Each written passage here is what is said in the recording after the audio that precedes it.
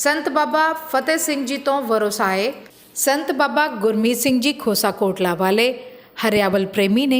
बहुत ही सृजनात्मक व्यक्ति और इन्हां नूं बहुत शौक है अपने आस पास ऑर्गेनिक सब्जियां इन्होंने बीजिया हुई ने। खेडां दे शौकीन ने और धार्मिक गतिविधियां विच भी वध चढ़ के हिस्सा लैंदे ने। बाबा जी नौजवान पीढ़ी नूं सेध देण लई समझते हैं कि उन्हां लई खेडां बेहद जरूरी ने और उन्होंने इस चीज़ नूं ध्यान विच रख के फुटबॉल अकैडमी जिहड़ी है वो बनाई है, जिसका नाम है Amol football academy. Amol football academy वालों हर साल की तरह इस साल भी पिंड घलोटी की ग्राउंड विच फुटबॉल के ट्रायल कराए जा रहे हैं।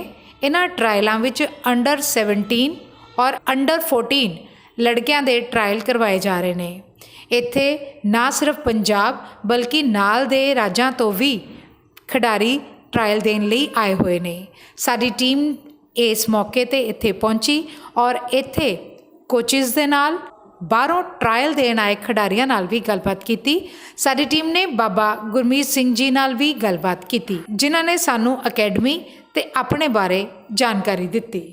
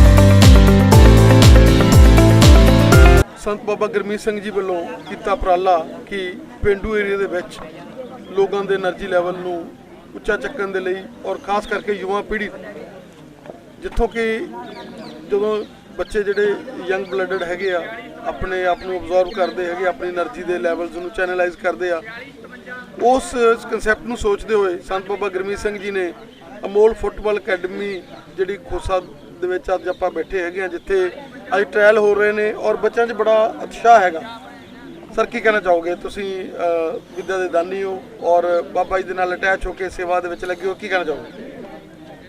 बड़ी अपार किरपा है जी संत बाबा गुरमीत सिंह जी वालों वड्डे महापुरुष संत बाबा फतेह सिंह जी की याद दे विच अमोल अकैडमी फुटबॉल अकैडमी खोसा जो कि चलाई जा रही है। ਉਹਦੇ ਵਿੱਚ पिछले लगभग 4 साल तो ये अकैडमी चल रही है।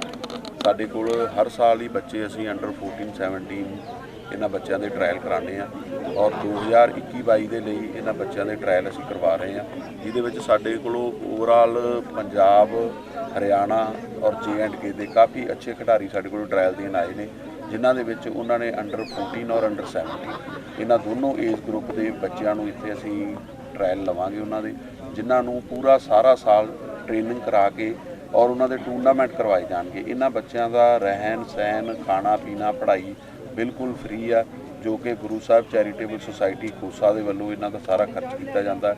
और संतां की बड़ी वड्डी सोच है संत बाबा गुरमीत सिंह जी की कि इस इलाके नूं एक फुटबॉल का हब बनाया जाए।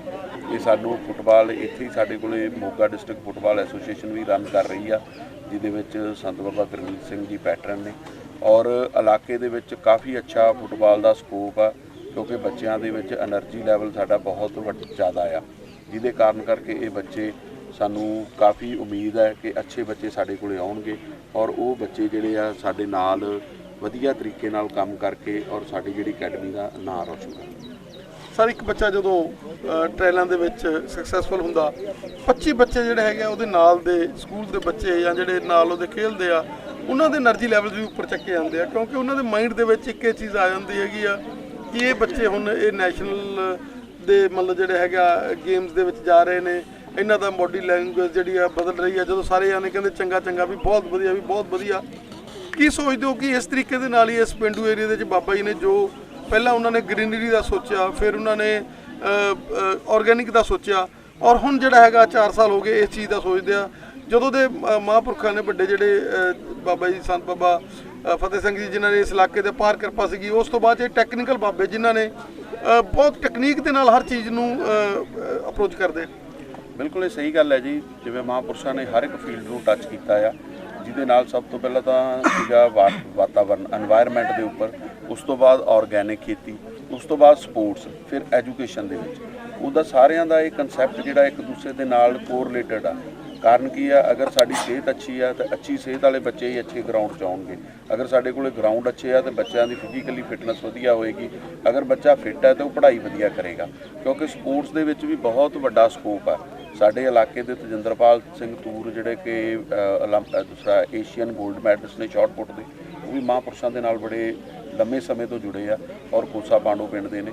ਉਹਨਾਂ ਦਾ ਬਹੁਤ ਵੱਡਾ ਸਕੋਪ ਆ ਸਾਡੇ ਇਲਾਕੇ ਦੇ ਵਿੱਚ।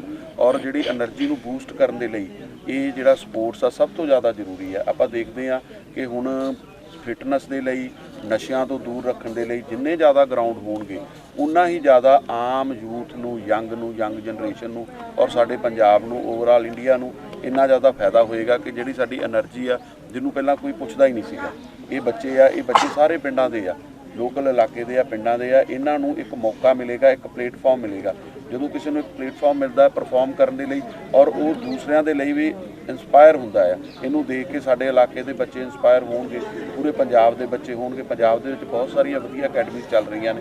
ਸਾਡੀ ਵੀ ਇਹ ਦਿਲੀ ਇੱਛਾ ਆ ਕਿ ਜਿਹੜੀ ਸਾਡੀ ਅਮੋਲ ਅਕੈਡਮੀ ਕੋਸਾ ਆ, ਇਹਦਾ ਵੀ ਨਾਂ ਜਿਹੜਾ ਆ ਉਹਨਾਂ ਚੰਦ ਸ਼ੁਮਾਰ ਅੱਛੀਆਂ ਅਕੈਡਮੀਆਂ ਦੇ ਵਿੱਚ ਹੋਵੇ, ਤਾਂ ਜੋ ਬੱਚਿਆਂ ਦਾ ਜਿਹੜਾ ਭਵਿੱਖ ਹੈ ਵਧੀਆ ਹੋ ਸਕੇ। ਸਰ ਛੋਟੇ ਬੱਚੇ ਆਉਂਦੇ ਆ ਔਰ ਪੇਰੈਂਟਸ ਜਿਹੜੇ ਉਹਨਾਂ ਦਾ ਵੀ ਮੂੰਹ ਤੇ ਇੱਕ ਖਿਲਾਵਟ ਜੀ, ਇੱਕ ਬੜੀ ਖੁਸ਼ੀ ਮੂੰਹ ਦੇ ਉੱਤੇ ਉਹਨਾਂ ਦੀ।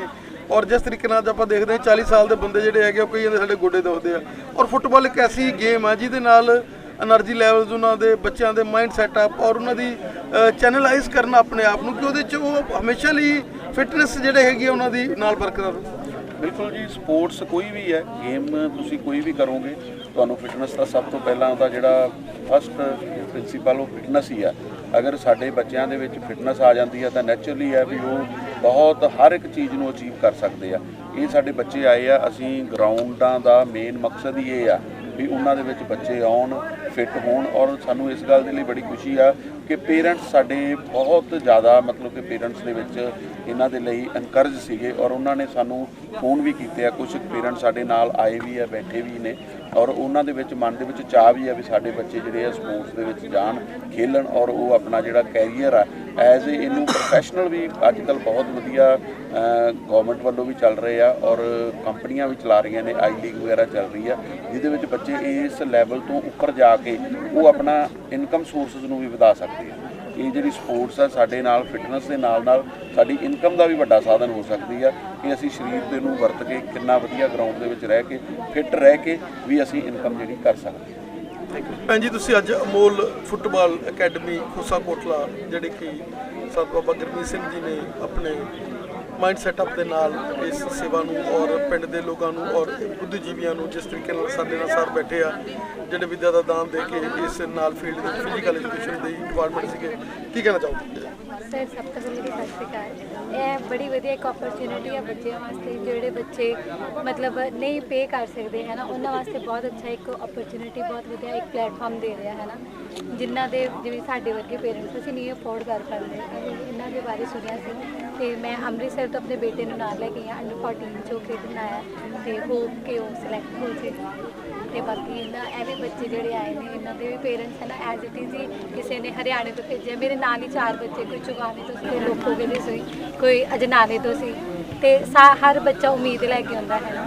ਅਤੇ ਜਿੱਥੇ ਜਗ੍ਹਾ ਚੰਗੀ ਹੋਵੇ, এনवायरमेंट ਸਹੀ ਹੋਵੇ, ਪਲੇਟਫਾਰਮ ਸਹੀ ਹੁੰਦਾ ਹੋਵੇ, ਅਤੇ ਹਰ ਕੋਈ ਚਾਹੁੰਦਾ ਕਿ ਅੱਗੇ ਵਧੇ। ਔਰ ਜਿਸ ਤਰੀਕੇ ਨਾਲ ਲੰਗਰ ਦੀ ਵਿਵਸਥਾ ਅਸੀਂ ਦੇਖ ਰਹੇ ਹਾਂ, ਸਾਗ, ਦੇਸੀ ਘਿਓ, ਲੱਸੀ ਔਰ ਹੋਰ ਜਿਹੜੀਆਂ ਚੀਜ਼ਾਂ ਹੈਗੀਆਂ, ਬਾਬਾ ਜੀ ਨੇ ਅਰੇਂਜਮੈਂਟ ਹੀ ਇਹੋ ਜਿਹਾ ਕੀਤਾ ਔਰ ਪਿੰਡ ਦੇ ਲੋਕ ਬੜੇ ਪੋਜ਼ਿਟਿਵਿਟੀ ਦੇ ਨਾਲ ਇਸ ਚੀਜ਼ ਨੂੰ ਲੈ ਰਹੇ ਨੇ। ਹੌਲੀ ਹੌਲੀ ਆਪਾਂ ਦੇਖ ਰਹੇ ਹਾਂ ਰਸ਼ ਵੱਧ ਰਿਹਾ ਹੈਗਾ ਔਰ ਪਿੰਡਾਂ ਦੇ ਜਿਹੜੇ ਲੋਕ ਹੈਗੇ ਉਹਨਾਂ ਨੂੰ ਬੜਾ ਉਤਸ਼ਾਹ ਵੀ ਸਾਡੇ ਪਿੰਡ 'ਚ ਹੋ ਰਿਹਾ, ਆਸ-ਪਾਸ ਦੇ ਪਿੰਡਾਂ ਨੂੰ ਬੜਾ ਉਤਸ਼ਾਹ।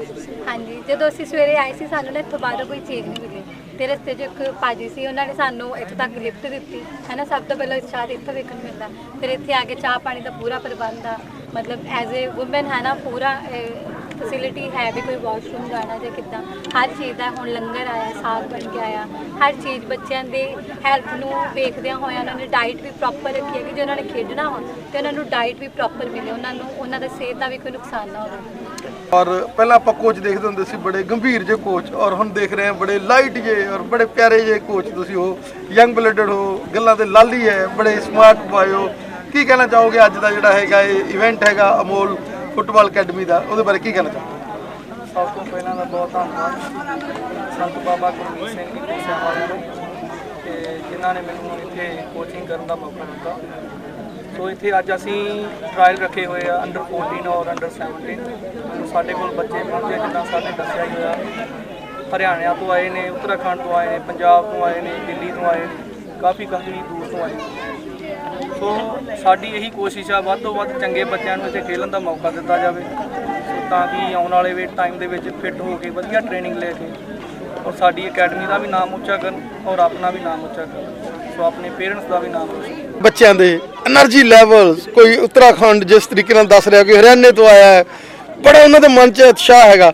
ਔਰ ਸੰਤ ਬਾਬਾ ਗੁਰਮੀਤ ਸਿੰਘ ਜੀ ਨੇ ਉਤਸ਼ਾਹ ਜਗਾਇਆ। 4 ਸਾਲ ਹੋ ਗਏ ਉਹਨਾਂ ਨੂੰ, ਉਹ ਕਵਾਇਦ 'ਚ ਲੱਗੇ ਹੋਏ ਨੇ ਵੀ ਕਿ ਮੈਂ ਪੰਜਾਬ ਦਾ ਨਕਸ਼ਾ ਬਦਲਦਾ, ਮੈਂ ਪੰਜਾਬ ਦੇ ਲੋਕਾਂ ਨੂੰ ਨਸ਼ਿਆਂ ਤੋਂ ਦੂਰ ਕਰਕੇ, ਉਹਨਾਂ ਨੂੰ ਨਫ਼ਰਤਾਂ ਤੋਂ ਦੂਰ ਕਰਕੇ, ਉਹਨਾਂ ਨੂੰ ਪਿਆਰਾਂ ਦੇ ਵਿੱਚ ਲੈ ਜਾਵਾਂ। ਅੱਜ ਆਪਾਂ ਦੇਖ ਸਕਦੇ ਹਾਂ ਕਿ ਇੱਥੇ ਕੋਈ ਜਾਤ ਪਾਤ ਦੀ ਗੱਲ ਨਹੀਂ ਹੈ, ਕੋਈ ਫੇਸ ਤੇ ਨਹੀਂ ਕਿਸੇ ਤੇ ਲਿਖਿਆ ਵੀ ਕਿਹੜੀ ਕਾਸਟ ਨੂੰ ਉਹ ਬਿਲੋਂਗ ਕਰਦਾ, ਉਹਦੇ ਬਾਵਜੂਦ ਇਕੱਠਾ ਲੰਗਰ, ਵਧੀਆ ਸਾਗ, ਹੋਰ ਚੀਜ਼ਾਂ। ਬਾਬਾ ਜੀ ਮਤਲਬ ਜੋ ਆਪਦਾ ਮਿਸ਼ਨ ਹੈ ਉਹਨੂੰ ਹਰ ਤਰ੍ਹਾਂ ਦਾ ਪੂਰਾ ਕਰ ਰਹੇ ਨੇ। ਸਾਰਿਆਂ ਨਾਲੋਂ ਪਹਿਲਾਂ ਸਾਰਿਆਂ ਨੂੰ ਵਾਹਿਗੁਰੂ ਜੀ ਕਾ ਖਾਲਸਾ, ਸ਼੍ਰੀ ਵਾਹਿਗੁਰੂ ਜੀ ਕੀ ਫਤਿਹ। ਇਹ ਜੋ ਸੰਤ ਗਿਆਨੀ ਗੁਰਮੀਤ ਸਿੰਘ ਜੀ ਖੋਸਿਆਂ ਵਾਲੇ ਨੇ ਜੀ, ਸਾਡੇ ਮਹਾਂਪੁਰਸ਼ ਬਾਬਾ ਜੀ ਨੇ, ਇਹਨਾਂ ਦਾ ਬਹੁਤ ਵਧੀਆ ਉਪਰਾਲਾ ਚੱਲ ਰਿਹਾ ਜੀ। ਮੈਂ ਵੀ ਉਹਨਾਂ ਦੇ ਨਾਲ 5 ਸਾਲ ਤੋਂ ਜੁੜਿਆ ਹੋਇਆ ਜੀ। ਵੀ ਜਿਹੜੇ ਅੱਜ ਦੇ ਬੱਚੇ ਜਿਹੜੇ ਹੁਣ ਖੇਡਦੇ ਨੇ ਜਾਂ ਕਹਿ ਦਿੰਦੇ ਜੀ ਅਸੀਂ ਬਾਹਰ ਜਾਣਾ ਵਾ, ਵੀ ਉਹ ਬਾਹਰ ਜਾਣ ਦਾ ਮਕਸਦ ਕੀ ਆ, ਵੀ ਇੱਥੇ ਵੀ ਅਸੀਂ ਜਾਣਾ, ਇੱਥੇ ਅਸੀਂ ਵਧੀਆ ਜ਼ਿੰਦਗੀ ਬਤੀਤ ਕਰ ਸਕਦੇ ਹਾਂ, ਵੀ ਬਾਹਰ ਜਾ ਕੇ ਅਸੀਂ ਰੁਜ਼ਗਾਰ, ਦਿਹਾੜੀਆਂ, ਸ਼ਿਫਟਾਂ ਲਾ ਕੇ ਅਸੀਂ ਆਪਦਾ ਸਾਰਾ ਸਮਾਂ ਕਰ ਲੈਣਾ। ਉਹਨਾਂ ਦੇ ਵਿੱਚ ਇਸੇ ਕਰਕੇ ਮਹਾਂਪੁਰਸ਼ਾਂ ਨੇ ਇਹ ਅਮੋਲ ਅਕੈਡਮੀ ਫੁੱਟਬਾਲ ਜਿਹੜੀ ਸਟਾਰਟ ਕੀਤੀ ਹੈ ਜੀ।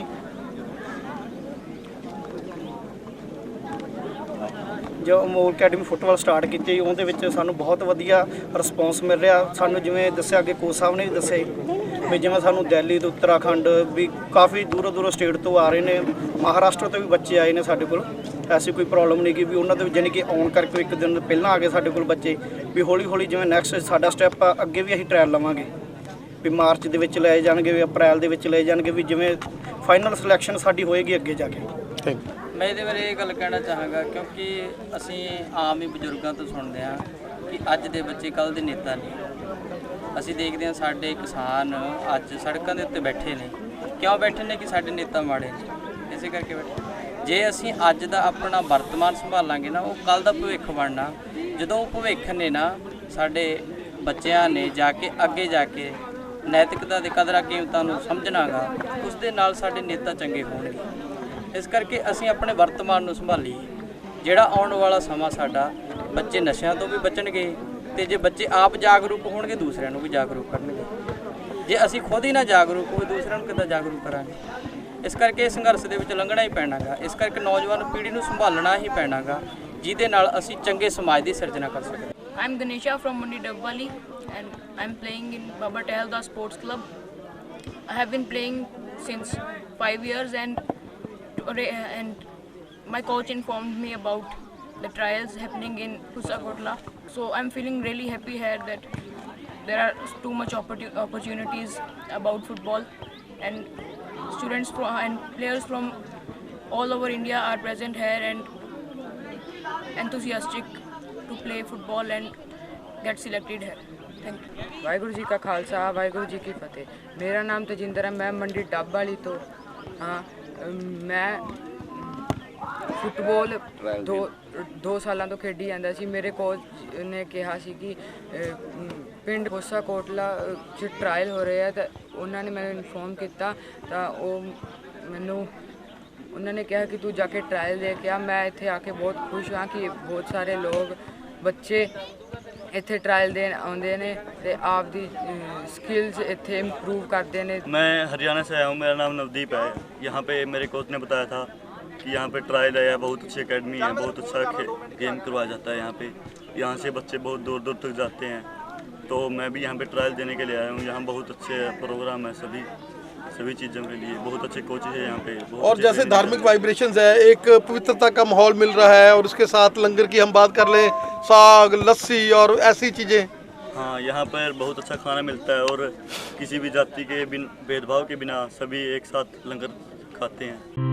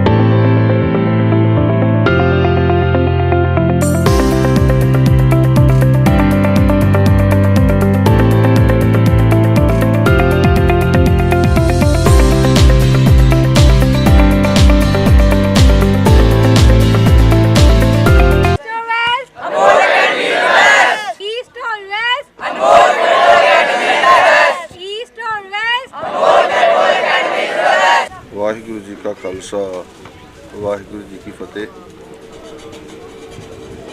ਮਨੁੱਖੀ ਸਰੀਰ ਲਈ ਜੋ ਅੱਜ ਦਾ ਵਰਤਮਾਨ ਹੈ, ਜੇ ਇਸ ਨੂੰ ਮਹਿਫੂਜ਼ ਕਰਨਾ ਚਾਹੁੰਦੇ ਹਾਂ ਤਾਂ ਸਾਨੂੰ ਮਹਿਸੂਸ ਕਰਨਾ ਹੋਵੇਗਾ,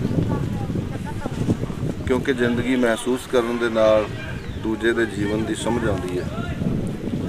ਦੂਜਿਆਂ ਦੇ ਜੀਵਨ 'ਚੋਂ ਸਮਝਦਿਆਂ ਹੌਲੀ ਹੌਲੀ ਸੰਸਾਰ ਦਾ ਪਤਾ ਲੱਗਦਾ ਹੈ कि उस परमात्मा ने संसार बनाया किस लिए है। संसार एक खेड तमाशा है।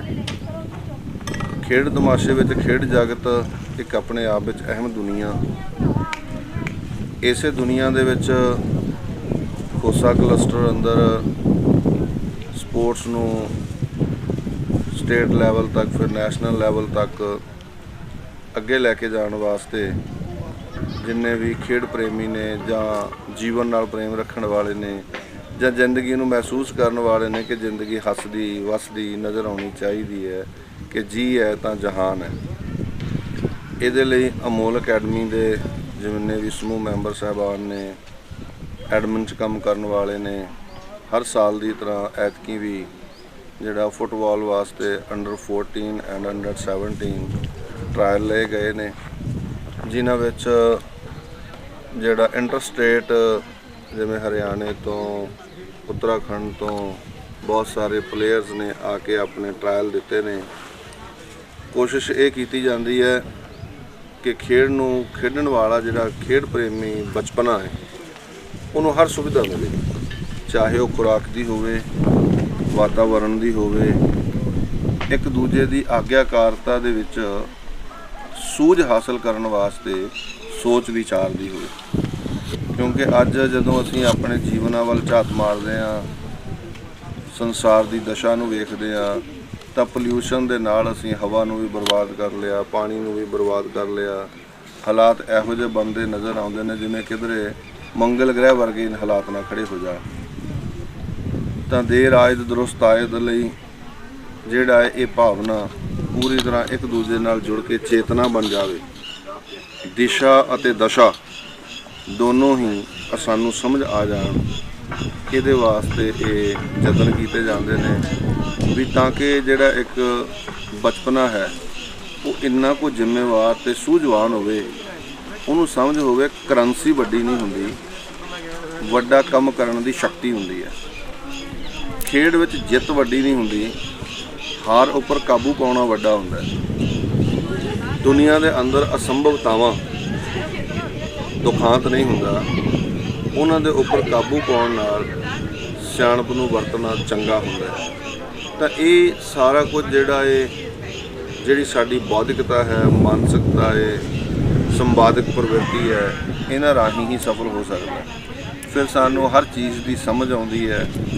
ਅਸੀਂ ਇੱਕ ਪਾਸੇ ਦੇ ਰੂੜ ਜਿਹੜਾ ਜੀਵਨ ਹੈ ਉਸ ਨੂੰ ਅਪਣਾਉਣ ਵਾਲੇ ਨਹੀਂ ਹੁੰਦੇ, ਸਗੋਂ ਸਾਡਾ ਸਰਵਪੱਖੀ ਜਿਹੜਾ ਵਿਚਾਰਧਾਰਕ ਜੀਵਨ ਬਣ ਜਾਂਦਾ ਹੈ। ਔਰ ਅੱਜ ਦੇ ਵਰਤਮਾਨ 'ਚ ਹੱਥੀਂ ਕੰਮ ਕਰਨ ਦੇ ਲਈ ਸਭ ਤੋਂ ਵਧੀਆ ਜੇ ਸਾਧਨ ਦੇਣ ਵਾਲਾ ਸਾਧਨ ਹੈ ਤਾਂ ਉਹ ਖੇਡਾਂ ਨੇ। ਇਸ ਲਈ ਅੱਜ ਇੱਥੇ ਲਗਭਗ 100 ਦੇ ਨੇੜੇ ਤੇੜੇ, ਮੈਨੂੰ ਪੂਰਾ ਤੇ ਪਤਾ ਨਹੀਂ ਕਿਉਂਕਿ ਮੈਂ ਥੋੜਾ ਲੇਟ ਹੀ ਆਇਆ, ਤਾਂ ਜਿਹੜੇ ਖੇਡਣ ਵਾਲੇ ਖਿਡਾਰੀਆਂ ਨੇ, ਬੱਚਿਆਂ ਨੇ, ਨੌਜਵਾਨਾਂ ਨੇ ਪਾਰਟਿਸਿਪੇਟ ਕੀਤਾ ਹੈ, ਆਪਣੀ ਖੇਡ ਦੇ ਜੌਹਰ ਵਿਖਾਏ ਨੇ। ਉਹਦੇ ਮੁਤਾਬਕ ਸਿਲੈਕਟ ਹੋਣ ਤੋਂ ਬਾਅਦ ਉਹਨਾਂ ਨੂੰ ਟ੍ਰੇਨਿੰਗ ਦਿੱਤੀ ਜਾਏਗੀ। ਗੁਰੂ ਕਿਰਪਾ ਕਰੇ ਟੀਵੀ ਰਾਹੀਂ ਜਿੰਨੇ ਵੀ ਜੁੜਨ ਵਾਲੇ ਦਰਸ਼ਕ ਵੀਰ ਨੇ, ਇੱਕ ਬੇਨਤੀ ਕਰਨੀ ਚਾਹਾਂਗਾ ਕਿ ਆਪਣੇ ਬੱਚਿਆਂ ਨੂੰ ਪੜ੍ਹਾਈ ਦੇ ਨਾਲ ਨਾਲ ਹੱਥੀਂ ਕੰਮ ਕਰਨ ਵਾਲੇ ਇਸ ਕਦਰ ਪ੍ਰੇਰਿਤ ਕਰੋ ਕਿ ਜਿੱਥੇ ਪੇਟ 'ਚ ਖੁਰਾਕ ਪਾਉਣਾ ਸਰੀਰ ਦੀ ਤੰਦਰੁਸਤੀ ਲਈ ਜ਼ਰੂਰੀ ਹੈ, ਉੱਥੇ ਸਾਡੀ ਬਾਡੀ ਸਫੋਸੀਕੇਟਡ ਮਸ਼ੀਨ ਹੈ, ਇਹਦੀ ਆਟੋਮਾਈਜੇਸ਼ਨ ਨੂੰ ਚੱਲਦਾ ਰੱਖਣ ਵਾਸਤੇ ਕੰਮ ਕਰਨਾ ਵੀ ਜ਼ਰੂਰੀ ਹੈ। ਗੁਰੂ ਨਾਨਕ ਸਾਹਿਬ ਨੇ ਇਸ ਨੂੰ ਨਾਮ ਜਪਣਾ, ਵੰਡ ਛਕਣਾ, ਕਿਰਤ ਕਰਨਾ ਆਖਿਆ ਸੀ।